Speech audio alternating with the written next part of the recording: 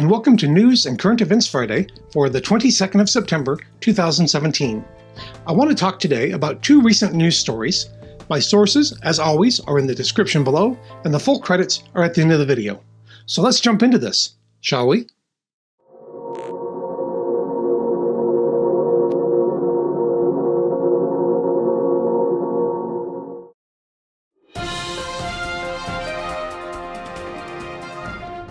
Donald Trump went to the UN on the 19th of September and delivered a nationalistic and jingoistic speech. This is a speech that belongs in the catalog of speeches from dictators, not from American presidents.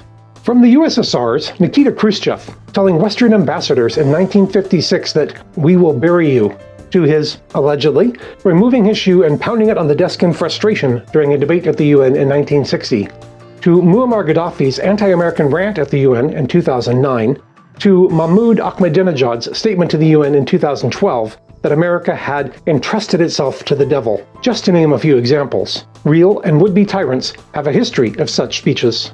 In fact, according to the Daily Beast, Trump's speech at the UN this week was suspiciously similar to one delivered by his bunk buddy Vladimir Putin in 2015.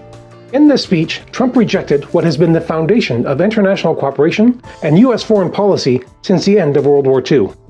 He is rejecting the examples of presidents of both parties, Republican and Democrat, from Harry Truman and Ike Eisenhower, to Ronald Reagan and George Bush Sr., to Clinton, Bush Jr., and Obama.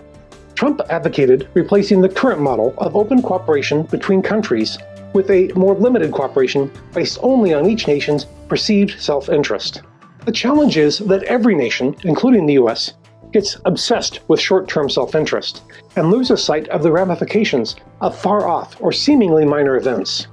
He does not seem to understand the lessons of history, such as that an assassination of the heir to a throne in a far-off country can trigger events that lead to World War I in 1914, or that a missed reparations payment can spiral out of control, leading eventually to the rise to power of a tyrant and to World War II. Or that a bank ceasing activity on 3 hedge funds in 2007 would be just the first domino to fall in what would become the international financial crisis of 2008.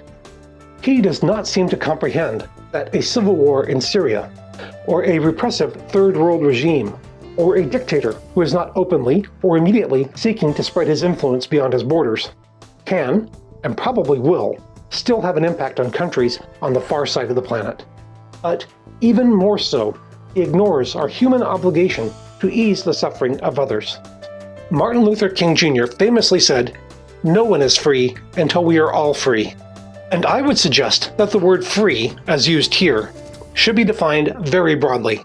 Freedom from tyranny, yes, but tyranny has many faces. Fear and desperation, poverty and want, ignorance and misinformation, isms such as racism and sexism and homophobia, suppression of speech and of the press, and so on. He also implicitly endorsed the capitalistic colonialism of Africa by his wealthy pals, and in what is hardly a surprise, he resorted to his favorite schoolyard bully behaviors of name-calling, insults, and threats. How old is he again? 71? Or 7? Because I'm quite sure I've seen 7-year-olds who can demonstrate more maturity when the situation calls for it. If his objective was to frighten other nations into compliance with his will, it appears that yet again he has failed utterly. His rhetoric has only backed North Korea and other nations he targeted into a corner. There is no way for them to stand down and still save face, leaving them no way forward but to increase their race towards new and more dangerous weapons. For example, Kim Jong-un of North Korea referred to Donald Trump's speech as an essential declaration of war and doubled down on his country's commitment to developing nuclear weapons. Please don't misunderstand. I'm not suggesting that Kim Jong-un is in the right, that he is on the correct path, or that he's even remotely sane. But his reaction to Trump's speech was predictable. It's almost as if Trump wants war. But if so, why? What does he get out of it? Profit? Maybe. We still haven't seen full financial disclosure, so we don't know if or how much Trump stands to profit from sending the country to yet another war. Or is this just another desperate attempt by Trump to undermine, destroy, and erase every aspect of President Obama's legacy? Because after spending years questioning President Obama's citizenship and legitimacy, It has proven to be one of the very few things Trump has been consistent with. Which, again, begs the question of why. What factor sets President Obama apart from every president who preceded him? I think that Trump's pandering to white nationalists and American Nazis speaks volumes on this issue. But to get back on topic, it is not just America's adversaries who have taken exception. Many of our allies also condemn this speech and other actions by Trump. For example, French President Emmanuel Macron rejected Trump's entire premise and said we should be focused on our interdependence, not independence, that we are inextricably linked and share a planetary responsibility. Sweden's Foreign Minister Margot Wallström said, quote, "It was the wrong speech, at the wrong time, to the wrong audience," end quote. UK Prime Minister Theresa May warned that Trump's decision to withdraw from the Paris Climate Accord ranks right alongside North Korea's nuclear ambitions as a threat to global peace and security.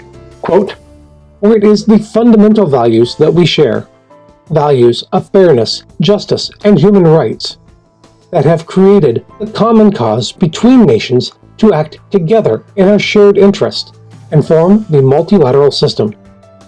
And it is this rules-based system which we have developed, including the institutions, the international frameworks of free and fair trade, agreements such as the Paris Climate Accord, and laws and conventions like the Non-Proliferation Treaty, which enables the global cooperation through which we can protect those values." Now, I don't often agree with Theresa May, but in this case, she is exactly right to highlight the threat that Trump poses to international peace and cooperation. And yet, there are still those who believe Trump's lies and rhetoric, who think that this, to borrow a phrase from the Huffington Post, xenophobe, racist, misogynist, and birther with a past of mob ties and shady dealings actually cares about them or their plight, or would do anything to help anyone other than himself, or those who, like him, are feeding off the future of America to slate their own gluttony. And these poor lemmings will continue to put their blind faith in Trump and follow him en masse as he leads them over the cliff. Before we close, there is the second topic that I want to mention today.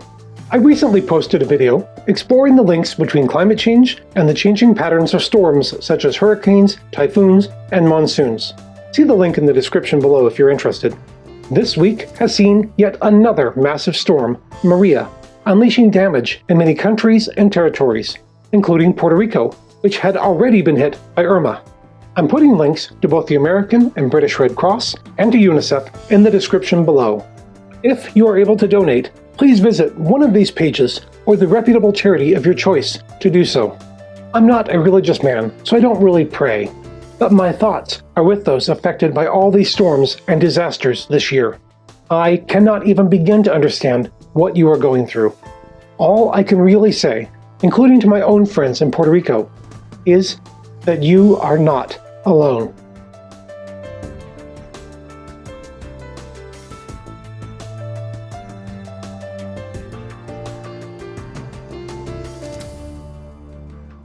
And of course, be good. And if you can't be good, be wicked well, but still donate to the charity of your choice.